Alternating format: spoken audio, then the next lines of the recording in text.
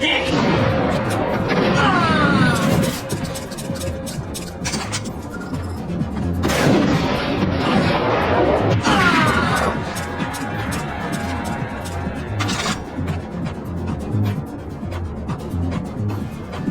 book had never been a bestseller.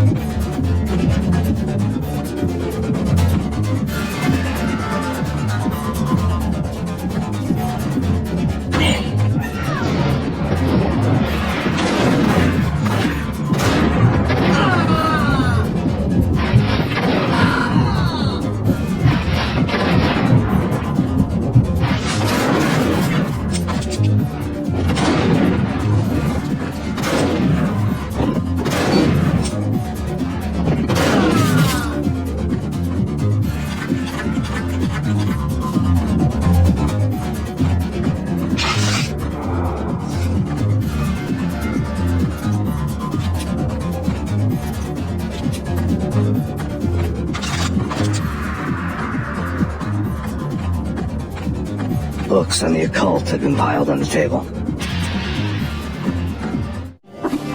The room was stacked with light reading, such as Necronomicon, Witchcraft, and Paradise Lost. Old exotic titles like Malleus Maleficarum and De Umbrarum Reini Novum Portus. Books with pentagrams on their covers, all dealing with the occult and the infernal, lying between stacks of horror videos and a couple of Ouija boards. The only thing I could take seriously was the thought of Lupino taking it seriously. He had been spending a lot of time getting intimate with the guy downstairs.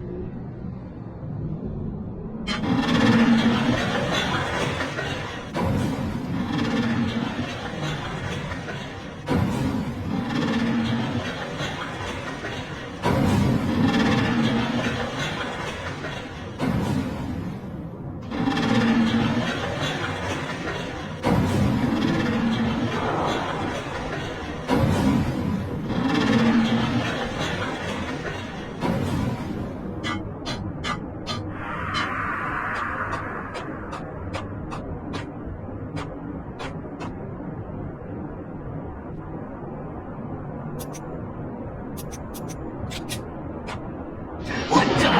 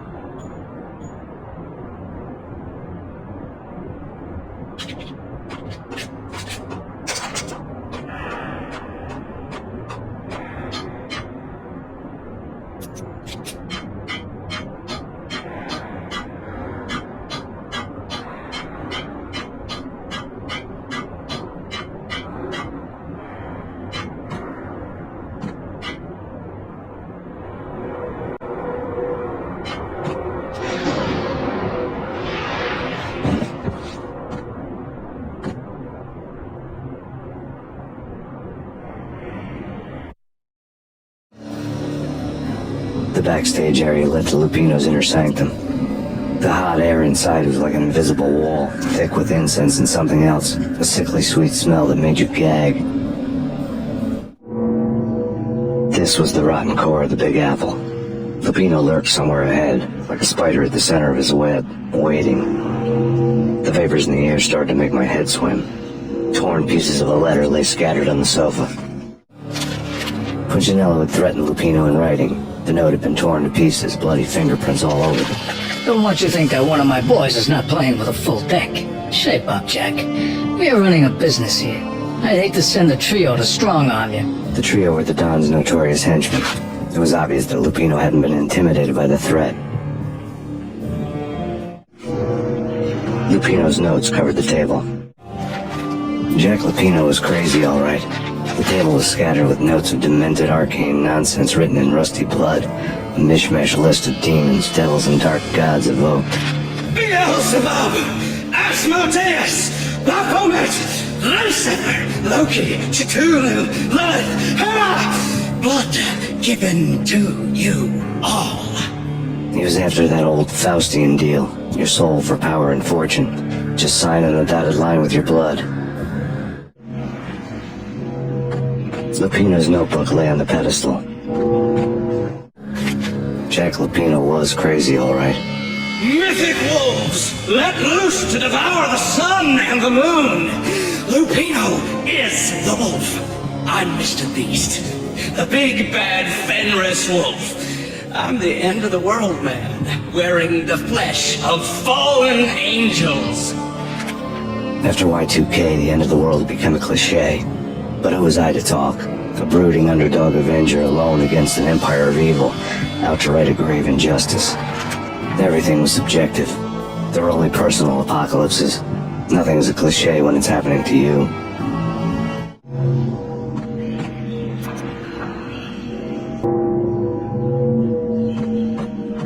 The flesh of fallen angels! Come to me all! Astaroth, Beelzebub, Asmodeus, Baphomet, Lucifer, Loki, Satan, Cthulhu, Lilith, Hera! Blood to you all! Secret. Reality.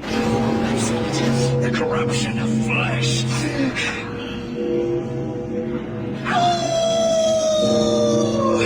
I'm the wolf, yeah! I am the wolf! It's close. It's coming. You have come. A witness to the end of time. It's now! I will rise to her side! I don't need the words! I'm beyond the words!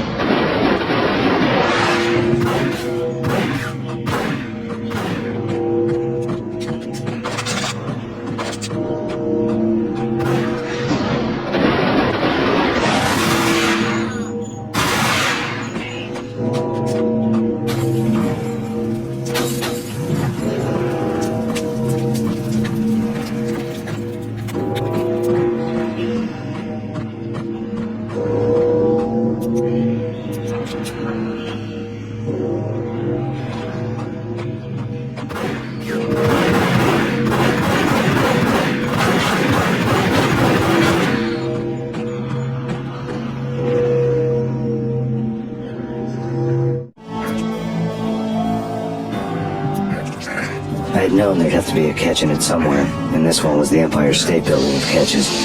Lupino was pumped up and dying to go 15 rounds with a mutant alligator. And then he started this spooky monkey talk, straight from a bad dream. Mine. I have tasted the flesh of fallen angels.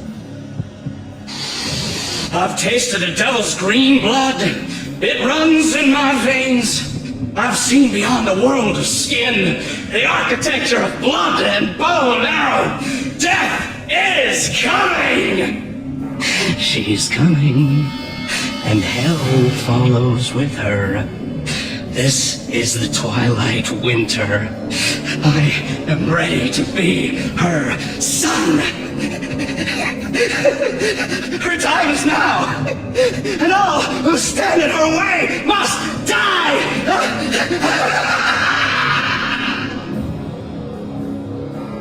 Die!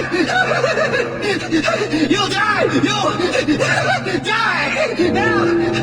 Oh!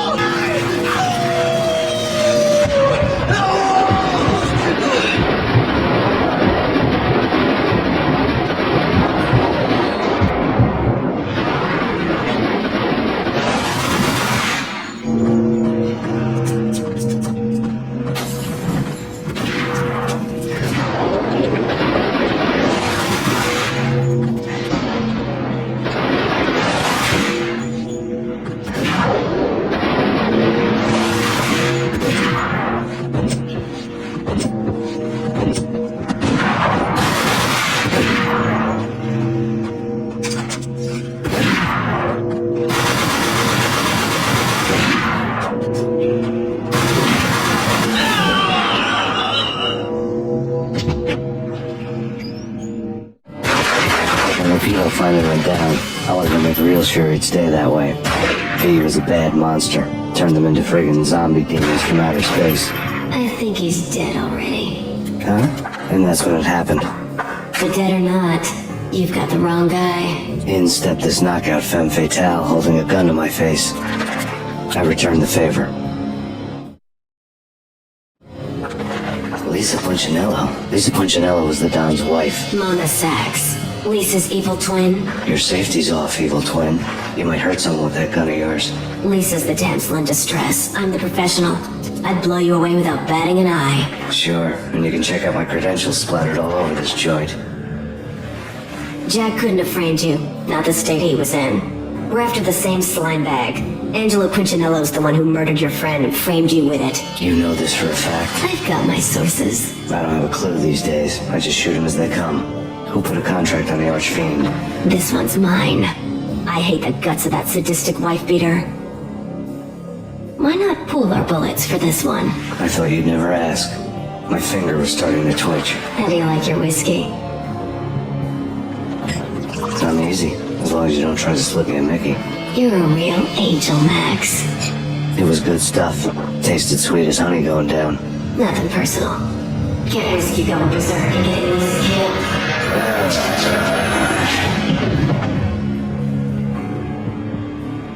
The nightmare was always the same. Violent shapes moving in darkness, old and ugly.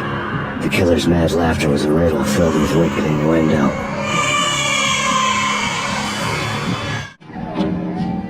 Somewhere, the baby was crying.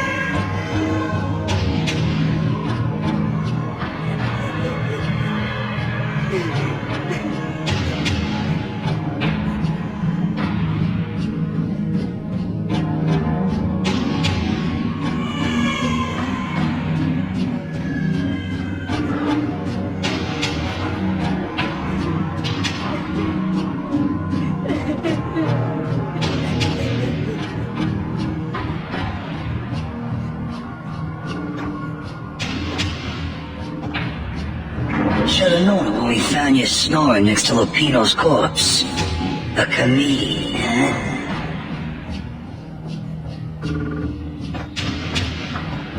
The pictures were filled with good old times.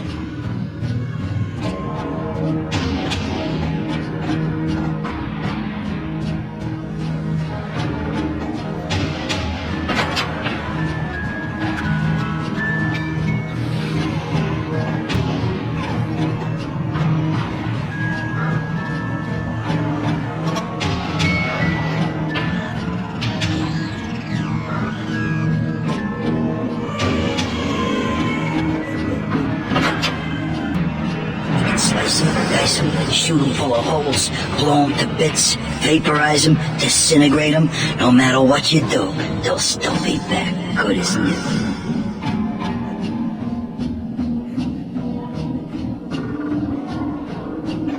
Michelle's diary lay on the table. Michelle was working part-time in the district attorney's office. Her diary was open on today's entry, her handwriting all pretty curves. An army dossier found its way to my desk yesterday. Valhalla? Isn't that a Norse myth? Something about Vikings? I tried to tell Max about it, but he was busy, that cute frown on his brow. Guess it's nothing, just a mix-up at the courier service. From now on, I would always find time for her. It was a hollow promise. Too little, too late.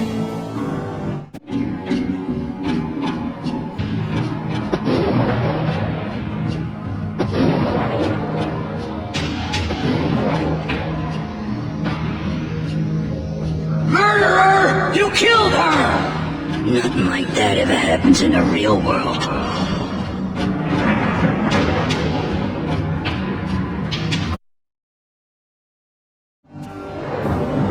I woke up in a bad dream. My head felt 2 sizes too small for my brain. Max Payne. I envy your name. And the killer was smiling. Pleased to meet you. I'm Frankie the Bat Niagara. Niagara, as in you cry a lot. He had a baseball bat and I was tied to a chair. Pissing him off was the smart thing to do.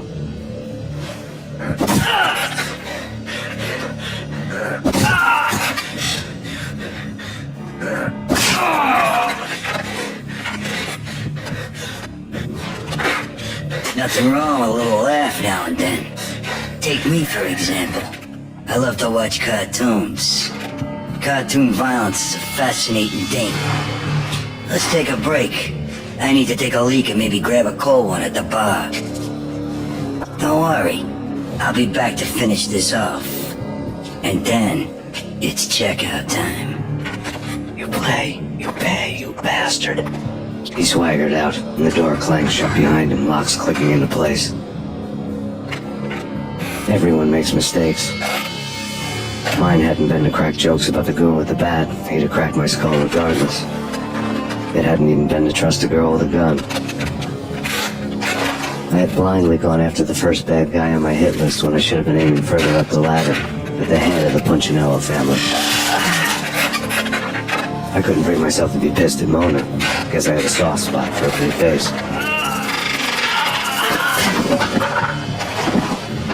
But when somebody decides to play baseball with your head, you tend to get sore.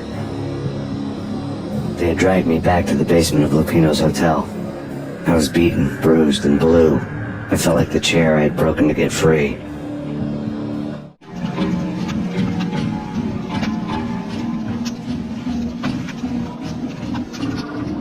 All I had was Niagara's bat, sticky with my own blood.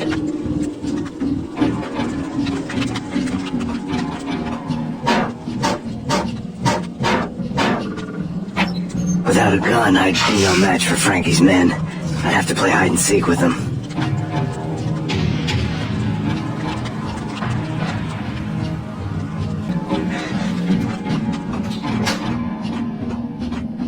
It's Frankie!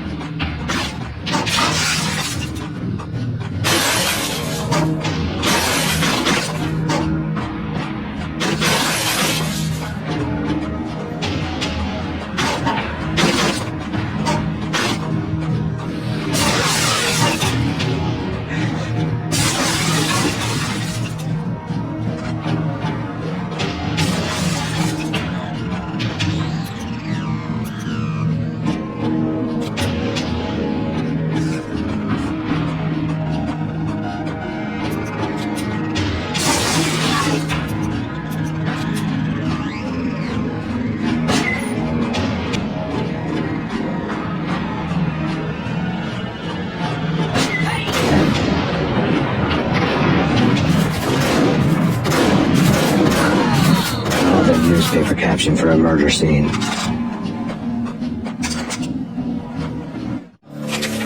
Frankie had left his calling card, the Captain Baseball Bat Boy strip, next to a sewer passage filled with bodies. You'd better not mess with Captain Baseball, Bat Boy. Even my archenemy, Bicycle Helmet Girl, swoons at the sight of me. Aha! There were enough corpses to put a mass murderer to shame.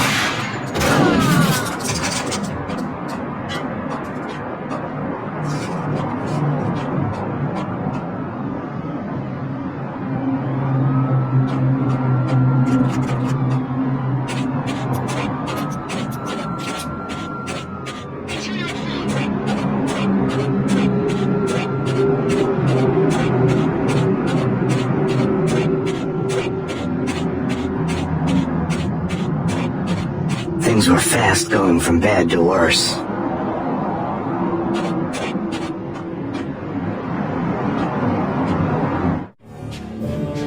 The men in blue had come and gone.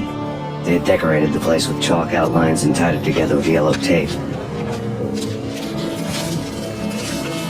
The cops who had stayed behind were dead. Frankie, his boys, and I had the place all for ourselves.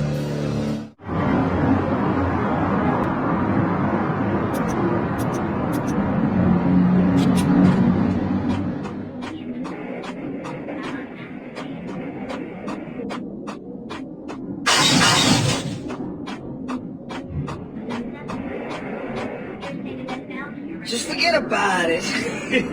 Just forget about it. Hey, just forget about it. That crazy witch, you should have heard her. She was a real scream when the boys caught her trying to cap the Don. Oh, that's freaking bad. To the trio? That's even worse than what Frankie's doing to that poor bastard downstairs. She's gonna take a long time to die. The mobster muscle on the phone was talking about Mona. Punchinello's trio were nothing but bad news.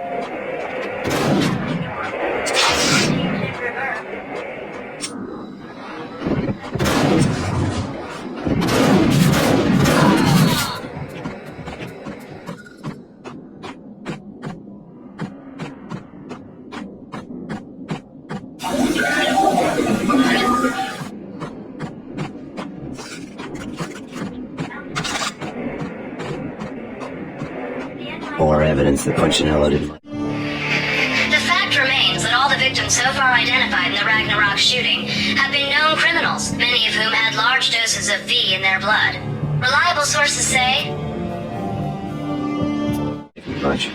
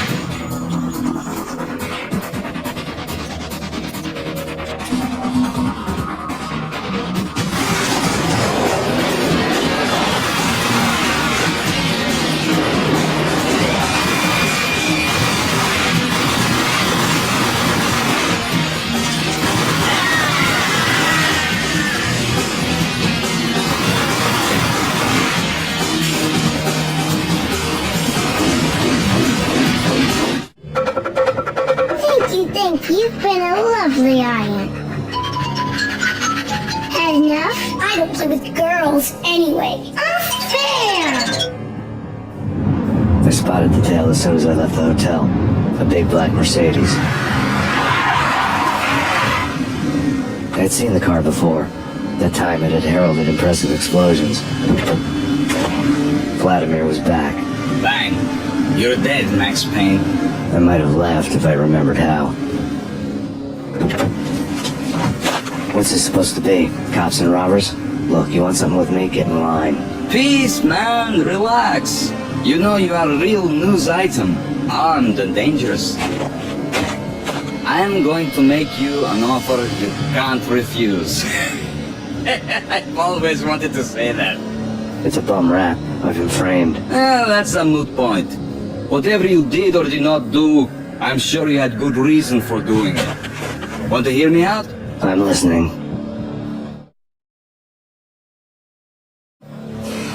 Punchinello messing with V is bad for business all around.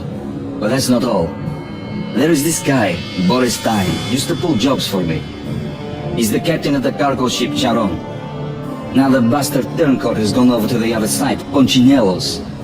The ship's loaded with high-res hardware, guns, my business. If Punchinello gets hold of that cargo, he's won and I have lost. And you'll have your work cut out for you. If you want to get to Punchinello, you'll need heavy-duty persuaders. I am just the man to get them for you. Change the ship back under my flag, maybe pop 2 in the traitor Dime's head while you're at it. You'll get enough guns to start the apocalypse. You in or out? Let's get this show on the road. Vladimir was one of those old-time bad guys with honor and morals, which made him almost one of the good guys. None of us was a saint. The Brooklyn riverfront was a maze of rusty containers, sharp bone cranes looming up from the snowstorm. On a night like this, you couldn't help but think of the dark army of dead men sleeping with the fishes, cement shoes in line.